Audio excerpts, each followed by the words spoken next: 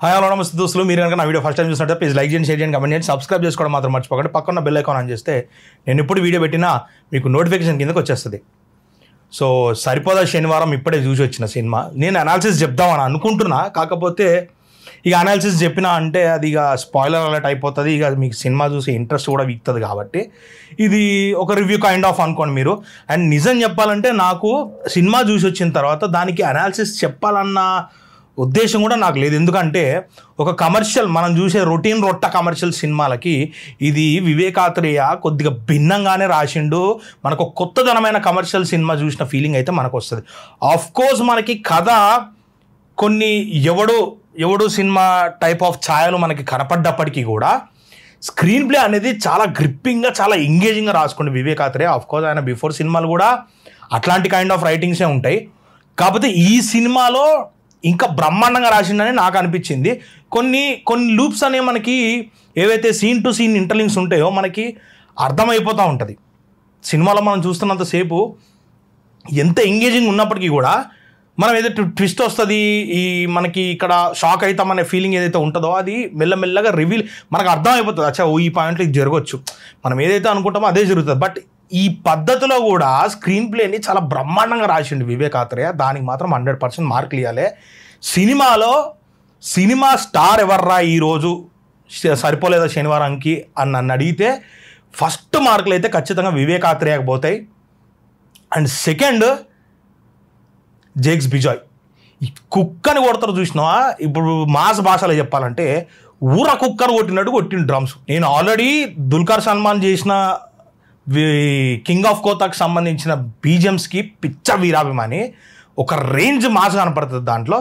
ఇంకా దానికి మించి అమ్మమ్మోడు కొట్టిండు సరిపోలేదు శనివారానికి. నిజంగా బీజిఎమ్స్ అనేది ప్రతి సీన్స్లల్లా మనల్ని ఎంగేజ్ చేసి మనం చాలా ఎమోషనల్ డ్రైవ్ చేస్తాం. మనం మదర్ సెంటిమెంట్ అయినా. అండ్ నిజం చెప్పాలి, మదర్ సెంటిమెంట్ అంటే నాకు ఒకటి గుర్తొచ్చింది. మనం బిఫోర్ ఇంతకుముందు ఈ డబల్ స్మార్ట్ కానీ మిగతా ఈ రీసెంట్ టైమ్స్లో వచ్చిన సినిమాస్ అన్నిట్లో కూడా మదర్ సెంటిమెంట్ చూపిస్తారు, కానీ అది old kind of mother sentiment. మరి మదర్లు కూడా ఈ టైంలో కూడా మదర్లు అలా ప్రవర్తిస్తున్నారా అని నాకు అనిపిస్తుంది. కానీ సినిమాలో ఎంత ఎంగేజింగ్గా ఎంత రియలిస్టిక్గా ఉంటుందంటే మదర్ క్యారెక్టర్ చూసిన ప్రతి ఒక్కడు కూడా నేను నిజంగా మా అమ్మని నేను కూడా తలుచుకున్నా. నాకు అంత రిలేటబుల్గా అనిపించింది మదర్ క్యారెక్టర్ చూసినప్పుడు. ఎందుకయ్యా మన దగ్గర హీరోలకి ఒక ఫ్యామిలీని అనేది క్రియేట్ చేయరు? ఎప్పుడు స్టార్డమ్, హీరోయిజము, నరుక్కోడాలు, తన్నుకోడాలు, అంటే ఎలివేషన్, అంటే ఎలివేషన్ ఇలా తగలబడ్డప్పుడు మనం సినిమాని చెడదొబ్బి మూలకేసి కొడుతున్నామని విషయం అర్థమైనట్టుంది మరి వివేకాత్రేయకు కూడా. అండ్ నాని గారికి కూడా అర్థమైందని నేను అనుకుంటున్నాను. ఎందుకంటే కథనే హీరో, కథకి ఒక మంచి ఫ్యామిలీ ఎమోషను, ఆ హీరోకి మంచి ఒక ఫ్యామిలీ ఎన్విరాన్మెంట్, ఆయనకు ఒక అక్క, మళ్ళా మదర్ సెంటిమెంట్, ఫాదర్ సెంటిమెంట్, ఒక బౌండరీ క్రియేట్ చేసిండు. మనం ఇంద్రా సినిమాలలో దాంట్లో చూసి రిలీజులు కొట్టుకుంటున్నాం కదా, మనకు గతి లేక. బేసిక్గా మనకు గతి లేక రిలీజ్కి ఒక మీనింగ్ చెప్తున్నారు బయట. కానీ బేసిక్గా మనం చేస్తుంది ఏంటంటే మనకి పాత సినిమాలే గోల్డ్ లాగా కనపడి ఇప్పుడు థియేటర్లకు దిక్కు లేక మనం తీసుకొచ్చి రిలీజులు చేసుకుంటాం అనేది పచ్చి నిజం.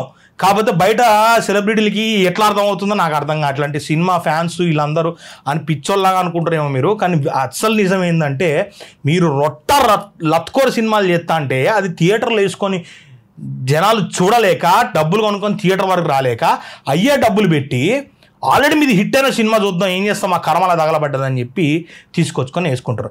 అండ్ ఆ కర్మ నాని గారికి, రవితేజ గారికి రాకూడదని, ఎందుకంటే సెల్ఫ్ మేడ్ స్టార్స్ కాబట్టి వాళ్ళకి అలాంటి పరిస్థితి రావద్దని నేను కోరుకుంటున్నా. అండ్ రవితేజ గారు ఎందుకో బ్యాడ్ మొన్న జరిగిన ఆ మిస్టర్ బచ్చన్ సినిమా చూసిన తర్వాత చాలా బాధ వేసింది. బట్ స్టిల్ నాకు ఈ సినిమా చూసినంత వరకు అయితే నాకు అనాలిసిస్ చెప్పాలని అనిపించలేదు.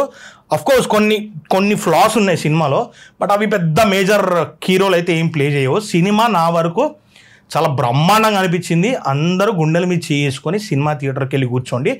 మీకు సినిమా చూసిన కథ అనిపించినా, లేదా మీకు ట్విస్ట్లన్నీ రివీల్ అవుతున్న విధానం కానీ మీకు ఇలా అరే మనం ఆల్రెడీ చూసామన్న ఫీల్ మీకు వచ్చినప్పటికీ కూడా వివేకాత్రేయ ఆయన స్క్రీన్ ప్లే తోటి అండ్ జేక్స్ బిజాయ్ కొట్టిన బీజంలతోటి మీరు సీన్లు అన్నీ మీరు ఇట్లా ఎంగేజ్ అయ్యి సినిమాలో దుంకి డైవ్లు కొట్టి మీరు ఇట్లా వెళ్ళిపోతారు. మీకు అట్లాంటి భయమే లేదు. ఫాస్ట్ అండ్ ఫ్యూరియస్గా వెళ్ళిపోతుంది సినిమా. ఏడ కూడా మీకు ఇది ఏంది ల్యాగ్ కొడతాడు ఈడ అన్న ఫీలింగ్ అయితే ఖచ్చితంగా రాదు.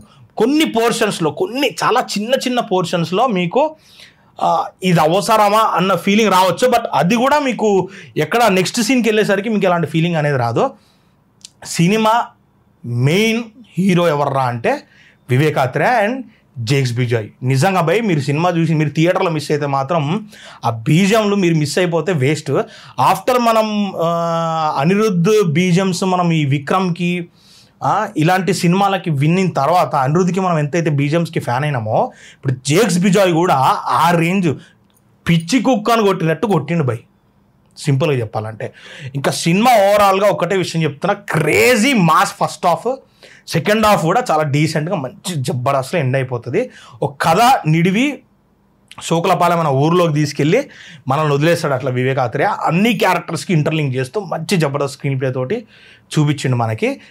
హీరో విలను వీళ్ళందరినీ పక్కన నూకేస్తే మనం ఒకరి గురించి అయితే ఖచ్చితంగా మాట్లాడలే, ఆయనే ఎస్జే సూర్య గారు.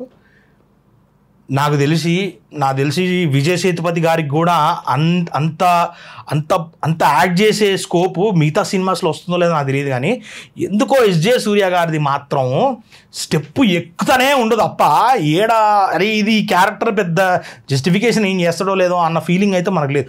కొట్టుకుంటా నరుక్కుంటా పోతాండు అయ్యా. సేతుపతి గారు కూడా బాగా బ్రహ్మాండంగా మన దగ్గరకు వచ్చి ఆయన విజృంభణ కూడా చూపిస్తే బ్రహ్మాండంగా ఉంటుందని నా ఫీలింగ్. సో ఇదైతే సినిమా చూసి వచ్చిన తర్వాత నా అనాలిసిస్ అనుకోండి, నా వన్ కైండ్ ఆఫ్ రివ్యూ అనుకోండి మీరు. కాకపోతే ఒకటి నాకు పర్సనల్గా అనిపించింది ఏంటంటే, కథ బాగున్నప్పుడు వివేకాత్రేయ గారు ఇంత మంచిగా కథ రాసుకొని ఇంత స్క్రీన్ ప్లేతోని బ్రహ్మాండంగా ఇంత జబర్దస్త్ మ్యూజిక్ పెట్టుకున్నప్పుడు అక్కడ ఎస్జే సూర్య పక్కన నాని గారు లేకపోయినా వేరే ఏ ఆర్టిస్ట్ ఉన్నా కూడా ఖచ్చితంగా 100% హిట్టే అయ్యేది. సో అది నా ఫీలింగ్. వై నాని గారినే పెట్టే అంత ఏముంది అక్కడ అనేది నాకు అనిపించింది. ఎందుకంటే కథ బ్రహ్మాండంగా ఉన్నప్పుడు అది ఏ ఆర్టిస్ట్ అయినా కూడా ఖచ్చితంగా న్యాయం చేయగలడు. అండ్ ఎస్జే సూర్య లాంటి విలన్ పాత్ర ఆడ పోషిస్తున్నప్పుడు ఇక ఆయన కొట్టాలన్నా కూడా కొంచెం మనం ఆలోచించాల్సిన విషయమే. స్టార్టింగ్ అప్పుడు కూడా నేను అనుకుంటున్నా, మరి ఎస్జే సూర్య గారి ముందు మరి నాని అన్న ఏ లెవెల్లో పర్ఫామ్ చేస్తాడు, మరి అసలు తేల్తాడా ఆయన ముందు అనే ఫీలింగ్ అయితే ఉండే. బట్ వివేకాత్రేయ దాన్ని చాలా క్లియర్గా చాలా తెలివిగా ఎక్కడ ఎంతవరకు చూపెట్టాలి, ఎవరిని ఎంతవరకు రన్ చేపియాలనేది చేసిండు సినిమాలో. అండ్ మనం ఇది సరిపోదా శనివారం అనేది కరెక్ట్ ఒక మంచి కథను చూడడానికి మీరు వెళ్ళండి. Not because of Nani, not because of SJ Surya garu. మీరు ఒక మంచి కొత్త కమర్షియల్ సినిమాని మీరు ఎక్స్పీరియన్స్ చేయబోతారు.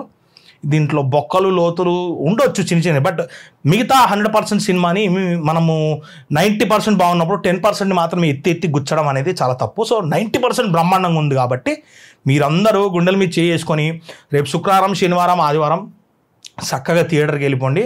మంచి గుండెల మీద చేసుకొని జబర్దస్త్ సినిమా చూసి మీరు హ్యాపీగా బయటకు వస్తారని నేను నమ్ముతున్నా. అండ్ నేను ఇప్పుడు చెప్పింది మీకు నిజంగా రేపు పొద్దున థియేటర్కి వెళ్ళి సినిమా చూసి వచ్చిన తర్వాత అరే వీడు చెప్పింది కరెక్టేరా, వీడు జెన్యూన్గా చెప్పిండ్రా అని మీకు అనిపిస్తే నా ఛానల్ని సబ్స్క్రైబ్ చేసుకోండి. అండ్ ముందు కూడా నేను అనాలిసిస్ చెప్తా, దేనికి కొద్దిగా సినిమా టక్కర్ కొట్టి అది అట్టర్ ఫ్లాప్లు అయిపోయి అసలు చూడడానికి కూడా కొద్దిగా కూడా బాగాలేకపోతే దానికి అనాలిసిస్ చెప్తా. అండ్ దానికి మైనస్లు ఏమున్నాయి, దాన్ని ఎలా కరెక్ట్ చేసుకుంటే బాగుంటుంది అనే విషయం కూడా నేను చెప్తా.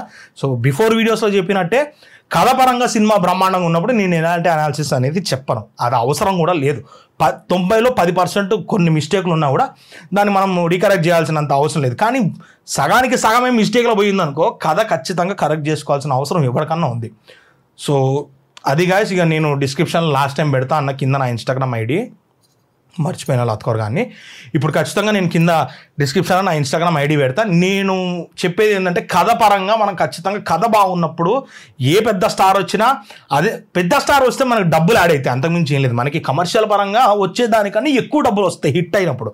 బట్ పెద్ద స్టార్ లేకపోయినా కూడా ఇలాంటి సినిమాలు ఖచ్చితంగా బతుకుతాయి భయ్య. ఎందుకంటే కథ స్క్రీన్ ప్లే బ్రహ్మాండంగా రాసుకున్నప్పుడు ఏ కొత్త ఆర్టిస్ట్ అయినా కూడా సినిమాని కాపాడగలడు. ఫేస్ ఆఫ్ ద సినిమా మనకు ఒక కమర్షియల్గా ఒక స్టార్డమ్ ఉన్న పర్సన్ని పెట్టుకుంటే మనకు డబ్బులు వస్తాయన్న ధీమా తప్ప కథ ఎంత పెద్ద స్టార్ ఉన్నా కూడా కథ బాగాలేనప్పుడు అట్టర్ ఫ్లాపులు చేస్తారనే విషయంలో మనం తెలుగు ఫిలిం ఇండస్ట్రీలో గట్టిగా గుర్తుపెట్టుకోవాలని నేను ఆశిస్తున్నా. అండ్ మీకు కొత్తగా రాసేవాళ్ళు కానీ కొత్తగా సినిమా తీసుకునే వాళ్ళు కానీ మీకు ఎలాంటి డౌట్స్ ఉన్నా లేకపోతే కథపరంగా ఏమైనా ప్రాబ్లం ఉన్నా కూడా మీరు నాకు కాంటాక్ట్ అయితే ఖచ్చితంగా నా వరకు నేను 100% మీకు హెల్ప్ చేస్తాను. అండ్ నా ఇన్స్టాగ్రామ్ ఐడి నేను కింద డిస్క్రిప్షన్లో ఇస్తాను. ఎవరైనా అవసరం ఉంటే ఖచ్చితంగా నన్ను కాంటాక్ట్ చేయండి. అండ్ మీరు నా కంటెంట్ నచ్చితే ప్లీజ్ లైక్ చేయండి, షేర్ చేయండి, కమెంట్ చేయండి, సబ్స్క్రైబ్ చేసుకోవడం మాత్రం మర్చిపోకుండా పక్కన బెల్ ఐకాన్ ఆన్ చేస్తే నేను ఎప్పుడు వీడియో పెట్టినా మీకు నోటిఫికేషన్ కిందకు వచ్చేస్తుంది. చలో మళ్ళీ కలుద్దాం.